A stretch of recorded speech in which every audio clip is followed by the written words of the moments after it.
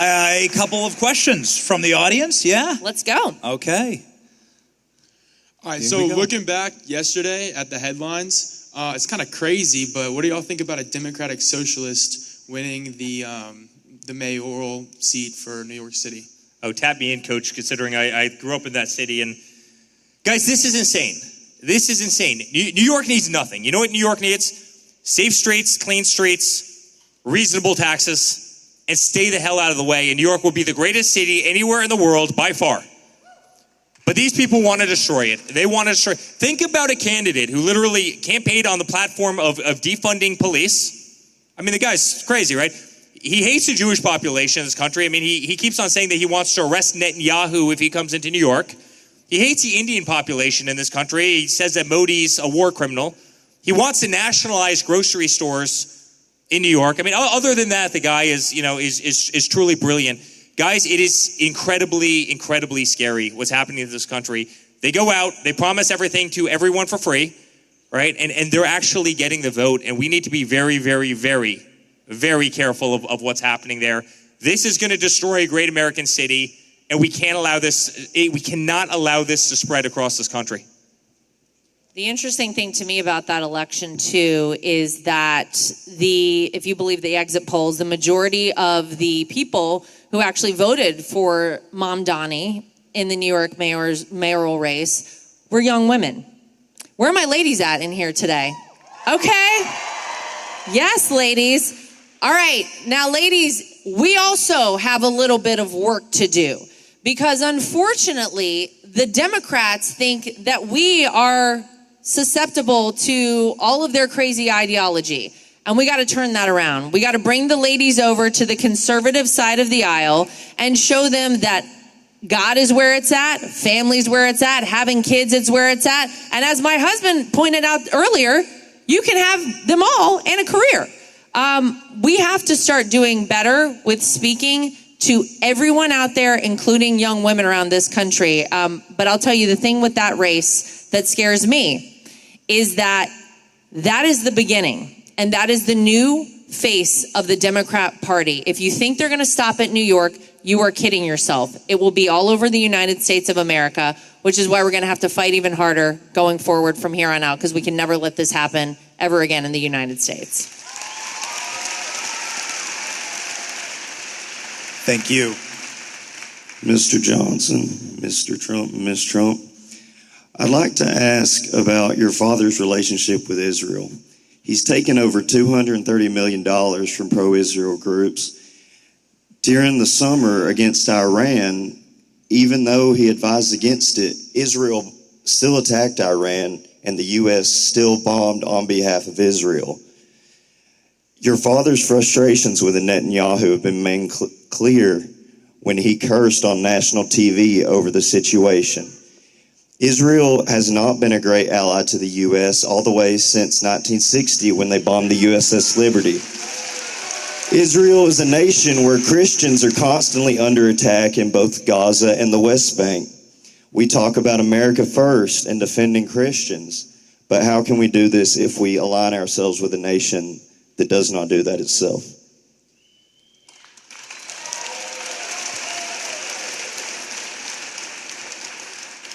There's no question my father's had frustration. In fact, I think he's had frustration throughout the whole conflict with both sides. At the same time, make no mistake, you have a nation that is chanting death to America every single day on the streets of Tehran.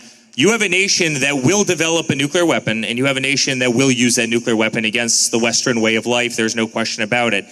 You have a nation that will use proxies around the world, whether it's Yemen, whether it's a lot of other ones, to inflict serious harm on this nation, and they don't hide it.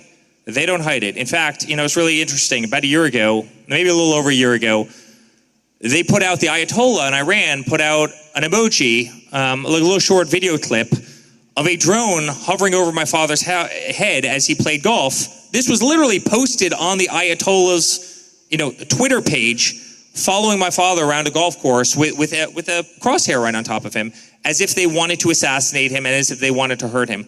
Guys, Iran wanted to destroy our way of life. They wanted to hurt us. They wanted to inflict real pain. What I can tell you about my father is, in terms of Israel, He wants a peaceful Middle East. He wants peace around the world. He wants to end the killing. He did that with India and Pakistan. He did that, obviously, you saw what he did with Cambodia and Thailand. He's tried to stop every conflict because he's sick and tired of the death and destruction. So there have been times that he got mad at Netanyahu. There's plenty of times where he's gotten mad at Putin. There's times where he's been mad at Zelensky. And he uses all of that as a tool to stop pain and destruction and death of people that are our age, your age in most cases, who have become political pawns and who have been marched into literally trenches and killed by the millions. And that's what my father wants to see end right this second. And that's why he's worked so hard for peace around the world. In fact, Donald Trump is the only president in the United States history that's never brought America to war. And I hope he keeps following in that crusade.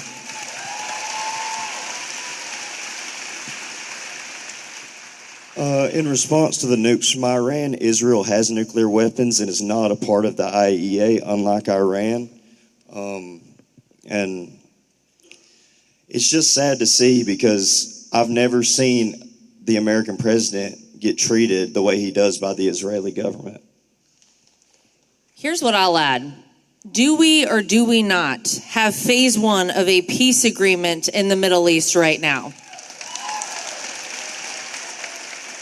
Nothing is ever going to be perfect, but I'll tell you what, this president works with what he has. He believes in peace through strength. And whether we're talking about in the Middle East, whether we're talking about a 40-year war like Armenia and Azerbaijan, as Eric just pointed out, a 5-day war in Thailand and Cambodia, this is a president of peace. And sometimes you have to be slightly unconventional with how you get there. You use what you have. That is certainly what he's been able to do. And I would just say, peace around the world sounds pretty good to me, and that's what this president is bringing.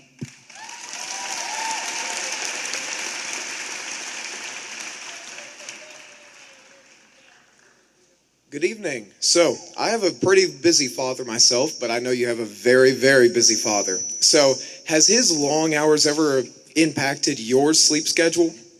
Yeah, 100%. Yes. He'll call me at 5 o'clock in the morning. He'll call me at 12 o'clock at night. Then he'll call me at 5 o'clock in the morning. Donald Trump is like the Energizer Bunny on steroids, in like a red tie. And he's always been that. I mean, as long as, and I'll never forget in 2016, you'd have Hillary, she'd be up on stage. Does Donald Trump have the stamina to be president of the United States, right? And, here she is. She packed it in like 3 days before, election day. She thought she won. She filled the Jacob Javits Center in New York with the most beautiful balloons. All her, billionaire supporters were eating caviar and drinking champagne. And guess who was on the stage at 2 o'clock in the morning of election, about 3 hours before he went to actually vote himself in Michigan? Donald Trump, because he wanted to get one more rally in while everybody had already packed it in. So the guy has never been long on sleep. And by the way, isn't that what you want out of the president of the United States? Don't you want somebody who's going to fight their ass off? Here's what I'll tell everybody about him. He was the last person in the world that needed this job. His life would have been a hell of a lot better. Hang out at Mar-a-Lago, fly around on Trump Force One, play golf, hang out with his grandkids, do great real estate deals. And yet, the guy, when he went over to Israel, talk about Israel and, Egypt for the peace deal, he literally went over there, flew over there, did 2 stops in Israel, did a stop in Egypt, and ended up getting back 36 hours later so he could give our great friend Erica the Presidential Medal of Freedom for Charlie Kirk. He was able to pull that all off in a 36-hour period. Joe Biden couldn't have accomplished all of that in 3 months. I mean, literally, he wouldn't have had the stamina. So, thank God we have a president that runs hard. Thank God we have a president.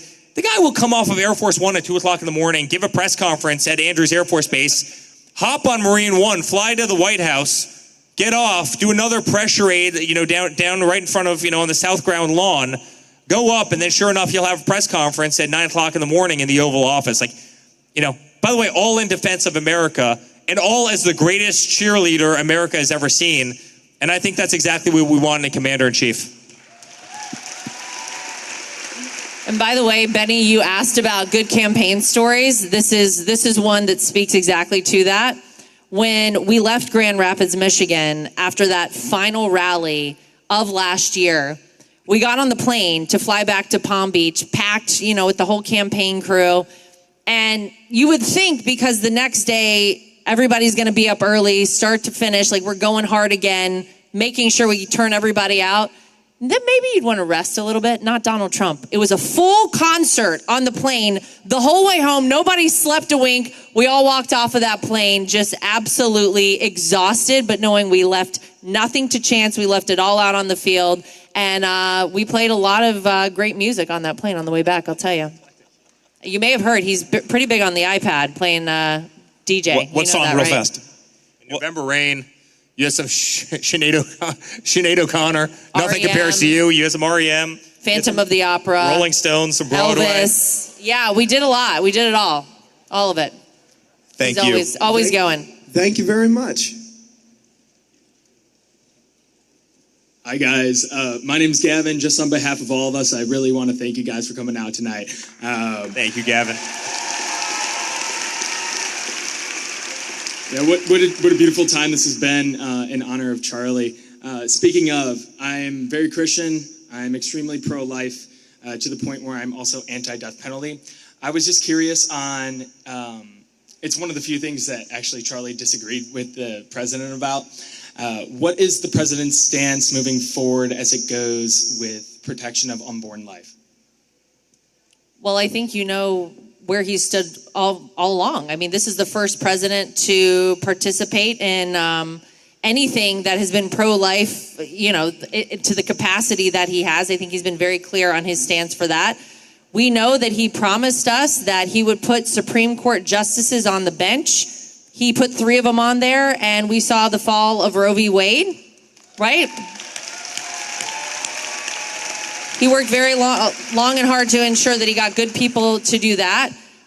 The first president to speak at the March for Life, and I don't think he's ever shied away from his position. And he's the one who will tell you the story about actually changing his position, that for a long time, he wasn't pro-life until he actually met back up with a child of someone who he knew from years before who thought about having an abortion, kept the baby, and then he talks about the fact that he met this young man or woman who really impressed him, that he was like, God, this is what happens. This is what the beautiful part of life is all about. And it changed his mind completely. So I don't think he's changed his stance. I think he's been very clear on that.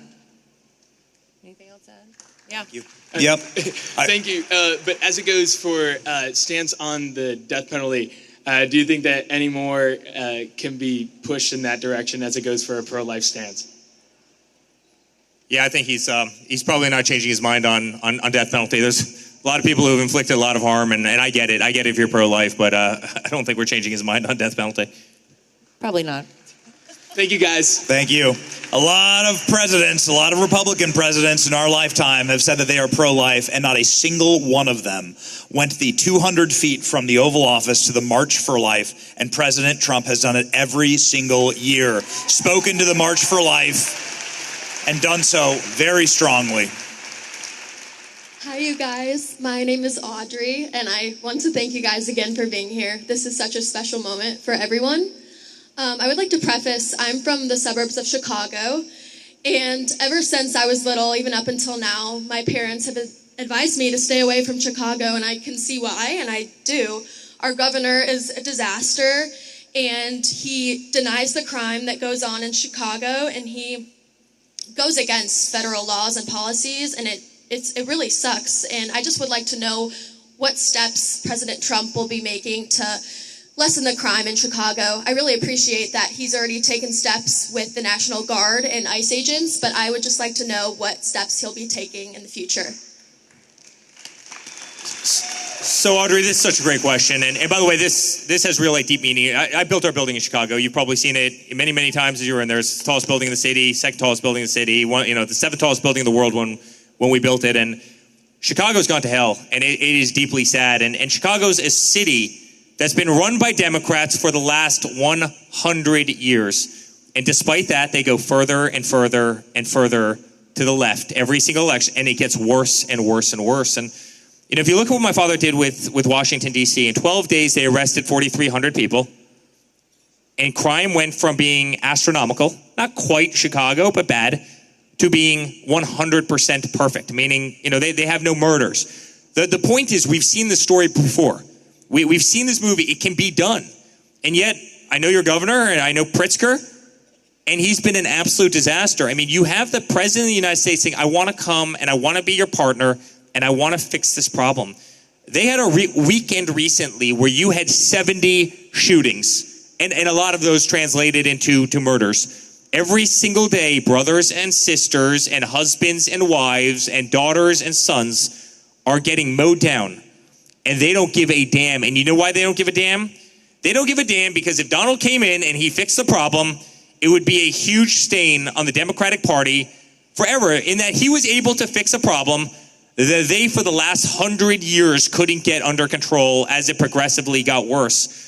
Remember the problems you had in Chicago. I mean, you literally had people under Lori Lightfoot, who was the last mayor of Chicago, who were leaving piles of bricks along Michigan Avenue so people could go up, grab the bricks, and throw them through, storefronts. And you know how I know this? Because I took care of every single one of those, those Chicago PD officers in our hotel that were bloodied, that were cut, that were beat to hell. We took care of them in Trump Chicago. Like, we became like their fortress during remember, it was it was the summer of love, they called it. It was the mostly peaceful protests, as CNN called it, as the cars burned on streets all across this country.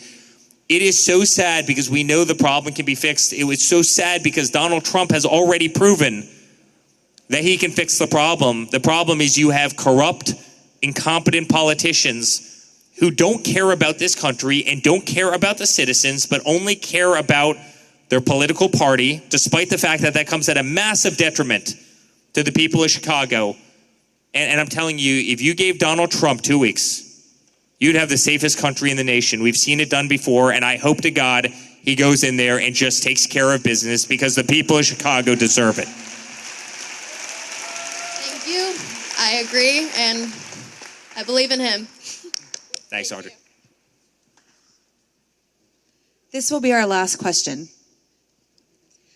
Hello, so we're in high school, and talking about politics is just really brutal because it goes straight to name calling. So my question is, for people who disagree with us, how can we try to find a way to commonly come together and talk about it our age? Well, first of all, thank you, ladies, for being here tonight. This is absolutely incredible to have you. And I would say, if you ever feel like you are too nervous to talk to somebody or you're not sure what to say, remember our friend Charlie Kirk over there. Channel Charlie. Take a moment. Understand that you are speaking from a place of truth. You are speaking from a place of goodness. You are speaking from a place of understanding. And you can just tell these people that this is what you believe. They don't have to believe it with you. And that is the beauty of the United States of America, because we can agree to disagree in this great country. That's what it's all about. But also have backbone. I can't tell you how little backbone so many people have, right? When DEI was running rampant, guess who went against it, right? And that wasn't popular, and that was often hard. When my father had to go out, and remember how brutal it was? You had men my size swimming in women's, collegiate sports, right? And that became the acceptable norm until Donald Trump came in and started beating the drum. Once in a while, you have to beat the drum. You have to stand up for what's right, even if it feels unpopular. So oftentimes, the things that feel unpopular are actually the most popular things. You can't back down, and you can't cower, and you can't hide, and you can't silence your voice, and you can't just think something and compartmentalize it. You actually really have to follow your heart, right? And you also have to be smarter than them. That's what Charlie did better than anybody. He was the best debater, and he was sharper than them, and he was right on the issues, right? So between the fact that he was smarter and he was actually correct in terms of the policy, he could win the debate. And that's what I hope you can both do, and I think that's what I hope we can all do. Be smarter than them and be right on the issues, and win the debate, and do so using civility, and not evil and violence, which is so oftentimes what the side that is losing in this country is resorting to. Thank you so much. That's really helpful. Thank you, ladies. Thank you, Auburn. Thanks, guys. We love you guys. That was awesome. This is it for tonight. Thank you guys very We much. love you. God bless you guys. Thank you.